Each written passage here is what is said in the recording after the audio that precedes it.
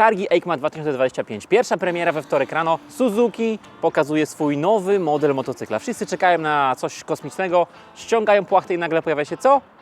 Zaczynając od dołu patrzymy, VK 650, przecież ten silnik nie spełniał już żadnych norm i miał zostać wycofany. I nagle pojawia nam się górna część i widzimy nowy model Suzuki, czyli SV7GX, czyli hybryda motocykla SV oraz crossovera Suzuki, który ma być świetnym motocyklowym średniakiem. Jako pierwsi w Polsce przedstawiamy Wam najnowszy model Suzuki na sezon 2026.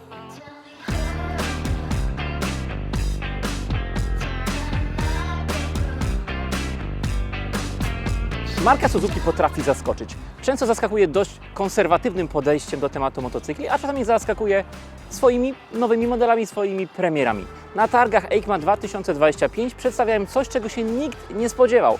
Nowy model Suzuki SV7GX, czyli połączenie sprawdzonej i lubianej SV-ki i fajnego nadwozia w stylu GX, czyli w stylu crossovera.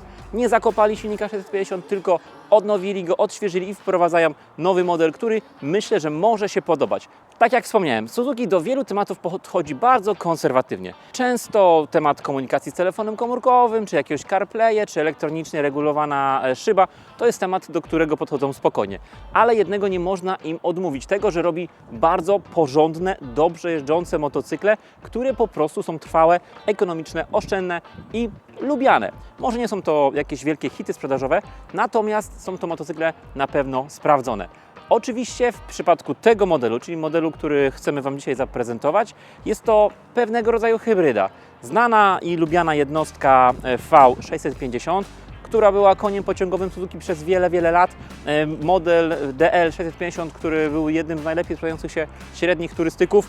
SV650, które przeszło przez swoje lata kolejne modernizacje, generacje, przez chwilowe wprowadzenie modelu Gladius i później znowu reaktywacja SV-ki.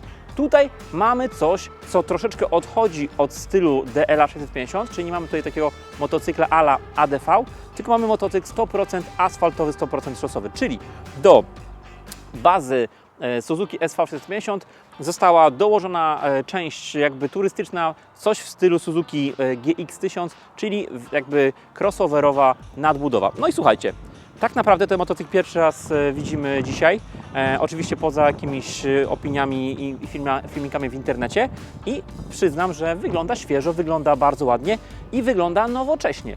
Jednostka napędowa tego motocykla to znany i lubiany, kochany, uwielbiany przez wielu początkujących użytkowników motocykli silnik 650 w konstrukcji V, silnik, który był stosowany w DL-u, silnik, który był stosowany w SV-ce, w Gladiusie. No i to jest silnik naprawdę bardzo trwały, niezawodny, taki, który kręci dziesiątki tysięcy albo setki tysięcy kilometrów z małym jakby zużyciem paliwa i z małym nakładem eksploatacyjnym. Jest to silnik fajny, dynamiczny. Tutaj w tym modelu generuje 72 konie mechaniczne mocy i tak naprawdę dla osób początkujących, dla osób, które wsiadają na motocykl po jakiejś przerwie, jest to idealne rozwiązanie. Silnik, który ma powera z niskich obrotów. Wiadomo, to jest tak, że przy tych wyższych obrotach no po prostu ta moc się kończy, ale to nie jest w żaden sposób motocykl sportowy, choć przyznam, że posiadając swoją SV650 w wersji S, no jakby ze sportowym wydechem, miałem do tego motocykla ogromny sentyment, bo dawał mi on naprawdę dużo radości, dużo fanu i takiego sportowego zacięcia, a ten silnik z układem wydechowym sportowym brzmi po prostu niesamowicie, dlatego ten silnik na pewno na rynku jest bardzo ceniony i oczywiście wielu użytkowników cieszy się, że nie został zakopany. Tak jak w tamtym roku informacja mówiła, że nie spełnia normy Euro 5+, więc bye bye, ale na szczęście wraca w tej najnowszej odsłonie. Więc co tutaj Suzuki wymyśliło? Wymyśliło motocykl uniwersalny, wymyśliło motocykl wszechstronny, motocykl, który będzie nadawał się do miasta, będzie lekkim, poręcznym, zwinnym motocyklem, ale też motocykl taki, który da nam poczucie wygody, komfortu i przyjemnego przemieszczania się też poza miastem, do takiej powiedzmy lekkiej turystyki. Czyli jeżeli chodzi o tą przednią część, oczywiście została całkowicie zmodernizowana względem SV650. Nie jest to też ten typowy dziób, tak jak w DL-u. Jest to bardziej coś, co przypomina właśnie GX-a, czyli właśnie te światła pozycyjne plus soczewka centralnie. I ten styl GX-a tutaj jest zachowany, tak jak wspomniałem. Tutaj mamy światełka pozycyjne i LEDowa lampa jako światło mijania i światło długie. Owiewka niewielka, myślę, że bardzo zbliżona do DL650. Oczywiście regulacja, jak to w stylu Suzuki, z możliwością zmiany, natomiast przy użyciu narzędzi. i no, ta ochrona przed wiatrem przy tym standardowym przy tej standardowej szybie nie będzie jakaś rewelacyjna. W przypadku pewnie jazdy w granicach 120-130 km na godzinę będzie optymalnie. W przypadku większych prędkości na pewno musimy się bardziej na tym motocyklu położyć. Tak jak w GX-ie, tutaj jak w DL dołożone fabrycznie są handbary, więc ta ochrona przed wiatrem będzie optymalna, będzie komfortowa. Oczywiście, jeżeli chodzi o zbiornik paliwa, został on powiększony. Mamy tutaj 17,5 litra, czyli o 3,5 litra więcej niż w przypadku SV-ki, więc to w dużym stopniu wpłynie na zasięg jazdy. I dzięki temu no, ten motocykl zrobi się w jakiś tam sposób motocyklem fajnym do dalszych tras. Kanapa ma więcej mięsa niż w SV-ce, mamy tutaj o centymetr więcej gąbki, bardziej mięsista ta kanapa, więc na pewno jest bardzo wygodna, ale dalej jest to motocykl, który ma 79,5 cm wysokości, więc słuchajcie, siedzi się na nim bardzo wygodnie, bardzo komfortowo, pełne nogi na ziemi, więc jest to super rozwiązanie dla osób niewysokich, dla osób w granicach poniżej 1,70 m wzrostu. Natomiast zwróćcie sobie uwagę, że tutaj przestrzeń kolan od owiewki jest jeszcze bardzo duża. W moim przypadku te 172 cm wzrostu, więc osoby 1,80 m też spokojnie na tym motocyklu się zmieszczą. Oczywiście będą bardziej przygarbione, będzie ta pozycja mniej komfortowa, ale jest całkiem ok. Jeżeli chodzi o kierownicę, też jest ona troszeczkę wyższa, więc jest komfortowo, jest wygodnie.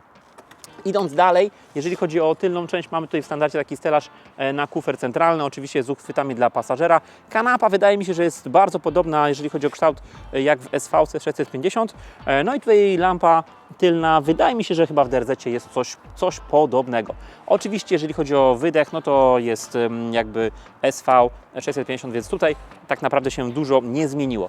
Oczywiście jest to motocykl 100% asfaltowy, o czym mówią nam koła, dwie 17. No i tutaj fajnie ten motocykl wychodzi na dobrych oponach na Pirelli GT. Natomiast jeżeli chodzi o tylną oponę i o jej szerokość, mamy tutaj 160, więc tutaj dalej mamy tą szerokość opony, nie tak jak w Tracerze 780, tylko 160, więc będzie on zwinny do przemieszczania się po zakrętach. Co dalej się w tym pojeździe zmieniło? Co nam oferuje nowego, ciekawego? Na pewno to, co nam oferuje, to elektronikę.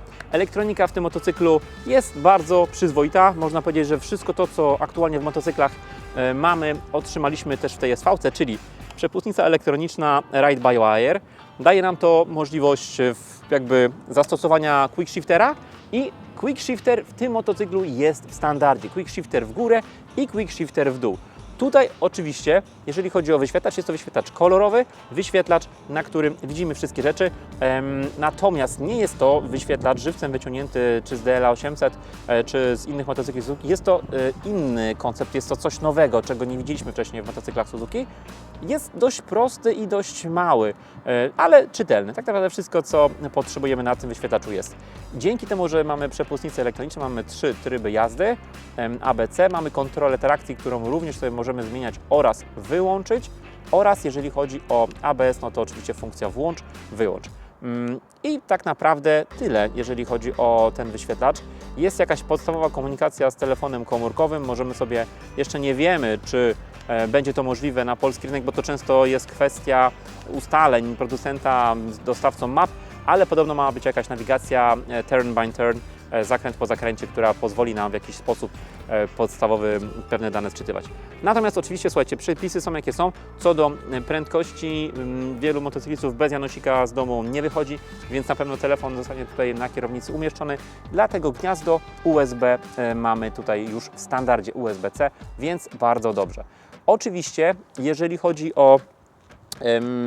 o doposażenie tego motocykla, no to tak wygląda wersja podstawowa, ale Suzuki dba o to, żeby była możliwość zastosowania jakiegoś pakietu turystycznego, czyli travel pack, torby boczne, kufer centralny, torba na zbiornik paliwa i wyższa szyba oraz grzane manetki. To pozwoli nam fajnie tym motocyklem jeździć niezależnie od warunków i zapakować w ten zestaw bagażu tyle, co do bagażnika małego samochodu, więc całkiem spoko.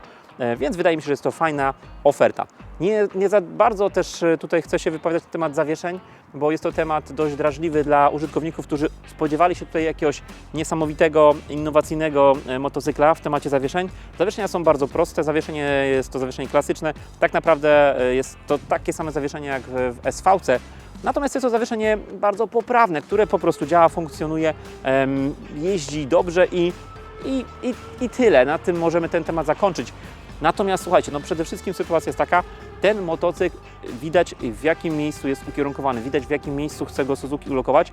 Chcę, aby to był motocykl tani, motocykl dla każdego, dla osób początkujących, dla osób, które no, nie rozważają nowego motocykla, bo jest za drogi, więc szukają używki. Tutaj chcieliby, żeby ten motocykl mógł być ofertą dla każdego.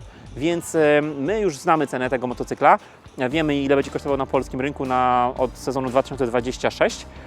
No i uważamy, że cena jest rozsądna. Mamy tutaj cenę 38 500 zł, więc jest to taniej od Versysa, jest to taniej od Tracera. Tak naprawdę można powiedzieć, że no, może nie jest to w cenie chińskiego pojazdu, ale jest to bliski konkurent Hondy i jeden z tańszych Japończyków. Więc tak naprawdę w tej cenie poniżej 39 000 otrzymujemy kompletny, fajny motocykl, oczywiście już z elektroniką, która jest w standardzie, czyli ten quick shifter, który często w wielu markach trzeba dokupić, a w niektórych w ogóle nie można. On tutaj już jest jako podstawa, więc jest to na pewno plus. Fajną opcją jest to, że Suzuki co roku, przedstawiając swoje premiery, organizuje coś takiego jak roadshow, czyli serię pokazów u swoich dealerów Suzuki. Ten motocykl właśnie trafił na roadshow i właśnie mamy okazję, żeby Wam go tutaj przedstawić, a podczas roadshow i do 19 kwietnia jest możliwość zakupić ten motocykl w okazyjnej cenie o 2000 niższej, czyli 36 500 zł. Jeżeli chcielibyście taką SV-kę zarezerwować, zamówić, zakupić, słuchajcie, zapraszamy na Motor46, tam taką maszynę możecie zamówić u naszych handlowców i kupić ten motocykl w jeszcze lepszej cenie. No to jest cena, słuchajcie, niższa od 8S, bardzo podobna do MT7, a macie tutaj taki crossover średniej klasy. Więc tak naprawdę tyle, ponieważ jednostka jest znana, jest sprawdzona, nie ma tutaj specjalnie sensu mówić o tym silniku jakoś w detalach, w szczegółach. Może nacieszmy się wyglądem tego motocykla, bo naprawdę wygląda świeżo, wygląda dobrze i jest to raczej propozycja dla osób niższych, osób mniejszego wzrostu, świetna maszyna dla kobiet, dla osób, które szukają dobrej, niskiej, w miarę niskiej wagi, bo waga to jest w granicach 210 kg. Czegoś na początek, co otworzy im możliwości jakby rozpoczęcia przygody z motocyklami. Na pewno ogromnym plusem jest to, że Suzuki też wprowadziło ten program 8Care, czyli 8 lat obsługi gwarancyjnej, czyli po tych 3 latach fabrycznej gwarancji, wykonując przeglądy w ASO, możecie sobie przedłużać co rok gwarancję o kolejny rok, aż do 8 lat. Więc macie maszynę pewną, maszynę sprawdzoną i maszynę bardzo, bardzo przyjemną na początek. Słuchajcie, to tyle. Więc dziękujemy Wam za oglądanie. Oczywiście przypominamy o subskrypcjach, przypominamy o obserwowaniu kanału, o klikaniu dzwoneczka. Jeżeli chodzi o następną produkcję, mamy dla Was kolejną premierę od Suzuki, ale o tym dowiecie się za tydzień. Także dziękujemy i do zobaczenia.